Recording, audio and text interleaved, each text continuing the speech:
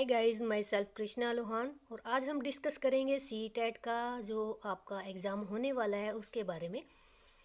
जो पहले से ही हैबिचुअल है इसके, जिनको इसकी प्रोसेस का पता है उनके लिए भी, और जो पहली बार अटैम्प्ट कर रहे हैं, फर्स्ट टाइम अटैम्प्ट कर रहे हैं, उनके लिए भी ये बहुत इंपॉर्टेंट वीडियो है। आप देख कर रिविज़न भी कर सकते हैं। और दूसरे जो मेन पॉइंट्स मैं इसमें बताऊँगी तो दोनों ही कैंडिडेट्स के लिए ये बिल्कुल यूज़फुल रहेगा। तो दोस्तों चलिए हम इसको देखते हैं। अभी ये जैसे कि मेरे पास क्वेश्चन पेपर है। इस क्वेश्चन पेपर में ध्यान देने योग्य बातें क्या होती हैं। फर्स्ट, जब भी आपको ये मिलता है, आपको क्या करना है, यहाँ पे जैसे रेड कलर में ये नंबर लिखा हुआ है, ये आपने ही OMR शीट से यानी आंसर शीट से मैच कर लेना है। दोनों के कोड अगर सेम हैं तो आपके लिए ठीक है, नहीं तो आप जो ऑब्जर्वर है यहाँ पे, जो इन्विजिलेटर है रूम में, उससे बात कर सकते हैं। दूसरी बात क्या है, जो आपकी आंसर शीट होती है इसी क्वेश्चन पेपर के अंदर होती है। You can see here there are a seal. इस सील को आप जब वो बोले, इसको आप काट कर या फाड़ कर अपने आंसर शीट निकाल सकते हैं। दूसरी बात ये है कि इसमें आपको एक ही कलर के दो पेन या एक पेन से भी काम चल जाएगा। फिर भी अपनी सुविधा के लिए आप दो पेन ले जा सकते हैं, एक ही कलर के, यानी आपको एक ही कलर यूज़ करना है अपनी आंसर शीट पर। दूसरी बात यह है कि जो आपका क्वेश्चन पेपर है, 150 इसके प्रश्न होते हैं। कोई नेगेटिव मार्किंग नहीं होती है। 2.5 घंटे का है। इस 2.5 घंटे की अवधि में आपको 150 प्रश्न है जो सोल्व करने हैं। दूसरा, आप जब भी सर्कल को फिल करते हो तो उसको सर्कल करने की स्पीड, एक्यूरेसी परफेक्ट होनी चाहिए। इसके लिए आप किसी भी OMR शीट का प्रिंट आउट निकलवा कर उसकी तैयारी कर सकते हैं, या वैसे ही घर पे भी कर सकते हैं। तो इसमें दोस्तों आगे देखते हैं।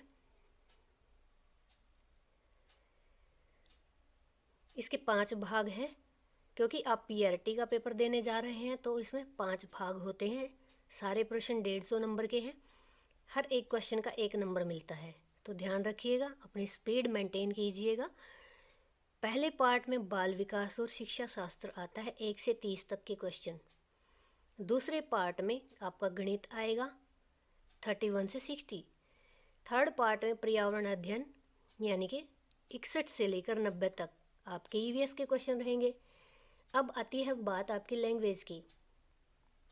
लैंग्वेज ऑप्शनल होती है, इस चीज़ को ध्यान में रखिएगा, ये मोस्ट इम्पोर्टेंट चीज़ है। मैं आपको करके ही बता देती हूँ। तो देखिए दोस्तों, भाग 4 भाग 5, जो भी आप भाषा फॉर्म फिल करते हुए, जो भी आपने भाषा अपने रोल नंबर में देख लीजिएगा, एडमिट कार्ड में जो भी आपने लैंग्वेज चूज़ की है वही आपको फर्स्ट अटैम्प्ट यानी कि 91 से लेकर 120 तक आपकी फर्स्ट लैंग्वेज होनी चाहिए। और भाषा 2 यानी कि आपने अंग्रेजी और हिंदी में से भाषा 2 को जो चुना है, मान लीजिए आपने इंग्लिश को चुना है, तो यहाँ 121 से 150 तक आपकी वो लैंग्वेज आएगी। ध्यान रखिएगा, इसमें कंफ्यूज नहीं होना है आपको। थोड़ा सा अगर मतलब ध्यान से काम लेंगे तो आपका कन्फ्यूज़न कुछ भी यहाँ पे नहीं रहेगी। आप यहाँ देख सकते हैं, जैसे कि मान लीजिए मैंने अपनी भाषा 1 और भाषा 2 दोनों ही अंग्रेजी को चूज़ किया है, तो मुझे लैंग्वेज 1 और 2 अंग्रेजी ही करनी पड़ेगी। लेकिन अगर मैंने भाषा 1 इंग्लिश ले ली है और भाषा 2 मैंने हिंदी ले ली है, तो मुझे 61 से लेकर 120 तक इंग्लिश करना पड़ेगा, फर्स्ट पार्ट। दूसरा, अगर मैंने भाषा 2 में हिंदी चूज़ की है तो मुझे 120 से लेकर 150 तक भाषा 2 के रूप में हिंदी को करना पड़ेगा। ये आप अब भी अपने एडमिट कार्ड पे ध्यान से देख लीजिएगा, इसके बाद ही आप अटैम्प्ट कीजिएगा। अब ये तो रही बात।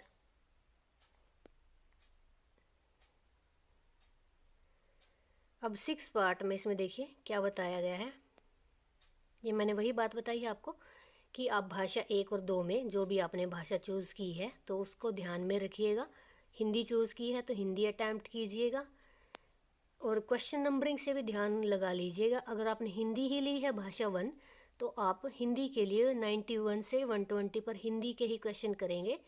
अगर आपने भाषा 2 में इंग्लिश ली है तो आप 120 से 150 तक इंग्लिश के क्वेश्चन करेंगे। ये मोस्ट कॉमन और कन्फ्यूज़न चीज़ होती है जो बच्चे अक्सर गलतियाँ इसमें करते रहते हैं। अब इसमें आगे देखिए, जो भी रफ कार्य होगा उसके लिए बैक साइड, बिल्कुल बैक साइड जगह दी होती है कि आप वहाँ पे अपना रफ कार्य कर सकते हैं। सभी उत्तर केवल आंसर शीट पर ही अंकित करने हैं। उसके लिए उत्तर बदलने के लिए श्वेत रंजन का यानी कि फ्लूइड आप यूज़ नहीं कर सकते हैं, वाइटनर आप यूज़ नहीं कर सकते हैं, पेपर आपका कैंसिल हो जाएगा। तो यही जो इंस्ट्रक्शन है राइट साइड इंग्लिश में दे रखी है। अब आती है बारी नाम लिखने की। परीक्षार्थी अपना नाम यहाँ पे लिखेंगे। इस सेक्शन में कैपिटल यूज़ कर सकते हैं या। अब यहाँ बात आती है रोल नंबर की। कई बच्चे कंफ्यूज हो जाते हैं और वो इन्विजिलेटर से पूछते रहते हैं कि सर हम 1 टेंस 1000 इस हिसाब से अपना रोल नंबर लिखें या फिर हम डायरेक्ट लिखें। तो इसमें कंफ्यूज होने वाली बात नहीं है। अगर आपको 1 टेंस के अकॉर्डिंग रोल नंबर लिखना आता है तो आप उस तरीके से लिख सकते हैं, कभी भी आपका ये गलत नहीं होगा। लेकिन अगर आप कंफ्यूज होते हैं, कुछ ज़्यादा लेंथी पड़ता है, तो आप अपने रोल नंबर को अंकों में यानी कि सिंपल ऐसे कि जैसे मैं बताती हूँ, आपका रोल नंबर मान लीजिए ऐसे है, यानी 17,545 है। आप इसको कैसे लिखेंगे? हिंदी इंग्लिश के हिसाब से लिखेंगे, 17,000 इस तरह से लिखेंगे। और अगर आपको इसमें कन्फ्यूजन होती है तो आप क्या करेंगे, जैसे यहाँ पे 1 लिखा हुआ है, आप यहाँ शब्दों में लिखेंगे, वो अंकों में था, शब्दों में मैंने यहाँ लिख दिया ऊपर।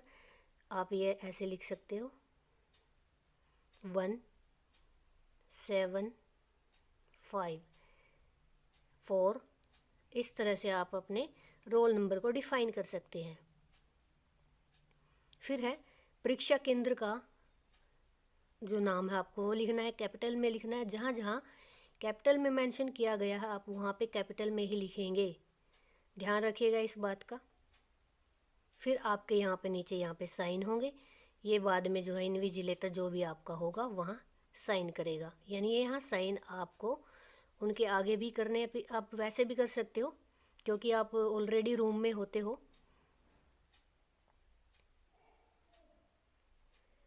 अब यहाँ पे आपका जो क्वेश्चन पेपर है यानी कि एक प्रोसेस होती है, फिलिंग प्रोसेस है, वो यहाँ पे आपकी कंप्लीट हो जाती है। इसको ध्यान में रखिएगा।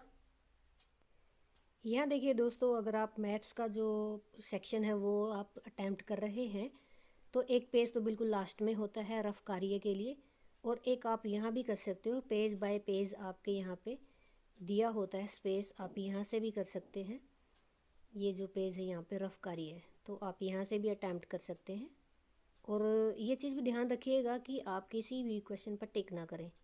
आपको अगर रफ कार्य करना है तो यहाँ पे स्पेस दिया हुआ है, you have to do hair.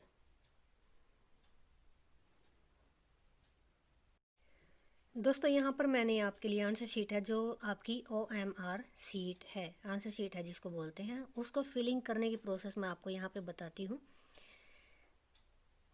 यहाँ आप देख सकते हैं, यहाँ पे आपका रोल नंबर लिखा जाएगा, इस बॉक्स में आपका रोल नंबर लिखा जाएगा। तो किसी भी गलती से बचने के लिए आप सबसे पहले क्या करेंगे, आप अपना यहाँ इन बॉक्सेस में रोल नंबर लिख देंगे। और रोल नंबर जब भी स्टार्ट करते हैं आप हमेशा मैक्सिमम कोशिश कीजिए कि बैक साइड से उसको लिखें, ताकि लिखने में कोई भी जो डिजिट है आपकी रोल नंबर की छूटे ना। इसके बाद दूसरी ट्रिक ये होती है कि आप कन्फ्यूजन में कोई और सर्कल ना भर दें, तो उसके लिए भी ध्यान रखिए। जो भी आपका रोल नंबर, मान लीजिए मेरा यहाँ 1 से स्टार्टिंग होती है तो मैंने 1 पे ही यहाँ जैसे 1 पे टिक कर देना है, 1 पे टिक कर दिया। फिर मान लीजिए मेरा यहाँ पे 0 या 10 9 आ जाता है, कुछ भी 9 लगा लीजिए कि आप, मैंने यहाँ पे इस बॉक्स में 9 लिखा है तो मैं यहाँ 9 पे बिंदी लगा जाऊँगी। ध्यान से इस तरह से करेंगे। और फिर दूसरी बात ये होती है कि आप इसको जब भी अटैम्प्ट करते हो तो एक सर्कल फिलिंग में प्रोसेस में कन्फ्यूज़न बहुत ज़्यादा होती है। तो जो भी आपके आंसर हैं आप उसको इमीडिएटली उसी सर्कल पर बिंदी लगा के छोड़ दीजिए। अगर आपकी स्पीड अच्छी है, क्वेश्चन पेपर को जल्दी अटैम्प्ट कर लेते हैं, तो आप इनकी प्रोसेस जो होती है, मान लीजिए सर्कल आपको यहाँ पे इतने सारे सर्कल्स हैं, आपने इसमें बिंदी लगा दी कि मैं इसको दोबारा से जब मेरा पेपर कंप्लीट हो जाएगा तब करूँगी। अगर आप तब करना चाहते हैं तो ठीक है। अगर आपके पास समय नहीं है और आपको लगता है कि समय बचेगा ही नहीं, तो आप जब भी इस पर बिंदी लगाते तो उसके साथ साथ फिलिंग प्रोसेस जो कि बोलते हैं एक्यूरेट सर्कल को फिल करना चाहिए, तो आप यहाँ से इसकी पहले बाउंड्री करते जाएंगे, फिर ऐसे अंदर ऐसे इस तरह से इसको अच्छे से आप फिल कर लीजिएगा। दूसरा फिर आता है कि इसमें आपको चूज़ करना होता है कि आपका कोड क्या है। आप उसके हिसाब से अपने कोड को चूज़ कीजिएगा। यहाँ पे भी आपको अपना नाम वगैरह डालना होता है, तो इसको भी दिखाऊंगी मैं आपको। ये बात भी ध्यान रखने योग्य, जो मैंने आपको बताया था, क्वेश्चन पेपर और बुकलेट का जो कोड है वो सेम होना चाहिए, ये ध्यान रखिएगा। अब चलिए नीचे चलते हैं। इसमें देखिए यहाँ पे आपको नाम वगैरह लिखने हैं, अपने नाम लिखने हैं यहाँ पे, इन्विजिलेटर जो साइन करेंगे। फिर आपको थंब इम्प्रेशन भी देना है, तो आप यहाँ पे थंब इम्प्रेशन देंगे, जो भी आपका मेंशन होगा उसमें लेफ़्ट या राइट आप उसको ध्यान में रख के यहाँ पे आपके साइन होंगे बॉक्स में। तो ये छोटी सी फॉर्मेलिटी होती है जो पूरी करते हैं, इस पे थोड़ा आप ध्यान रखिएगा। जब भी आपका आंसर किसी भी सर्कल में अगर जल्दी भरने का टाइम नहीं है तो आप उसको तुरंत उसी टाइम सर्कल को फिल करिए। और अगर आपके पास टाइम है, आपको लगता है कि आप पिछली 10 मिनट बचा लोगे, तो आप ऐसे बिंदी लगा के भी उसको छोड़ सकते हो। बाद में आपके पास जब 10 मिनट का टाइम रहता है तो आप उस टाइमिंग के दौरान उन सर्कल्स को आप जल्दी जल्दी फिल कर सकते हैं। इससे आपके टाइम की बचत भी होगी और आपका क्वेश्चन पेपर जो है अटैम्प्ट भी हो जाएगा। तो ये थी दोस्तों छोटी सी प्रोसेस। अगर आप न्यू है सीटेट को अटैम्प्ट करने के लिए, तो आपके लिए ये लाभदायक है। आप इसको देखकर फिलिंग प्रोसेस की और सर्कल फिलिंग प्रोसेस जो सबसे मेन चीज़ होती है, जिसमें कन्फ्यूजन भी होती है, आप बिंदी लगा के उसको छोड़ दें कि पक्का कर लें कि मैंने इस आंसर को, इस सर्कल को फिल करना है। आप उसको फिल कर सकते हैं। सबसे पहले सर्कल की आप बाउंड्री ज़रूर कीजिएगा। बाउंड्री करेंगे तब अंदर जाते जाते आपका अच्छे से फिल हो जाएगा, कोई मिस्टेक के चांसेस में कम रहेंगे।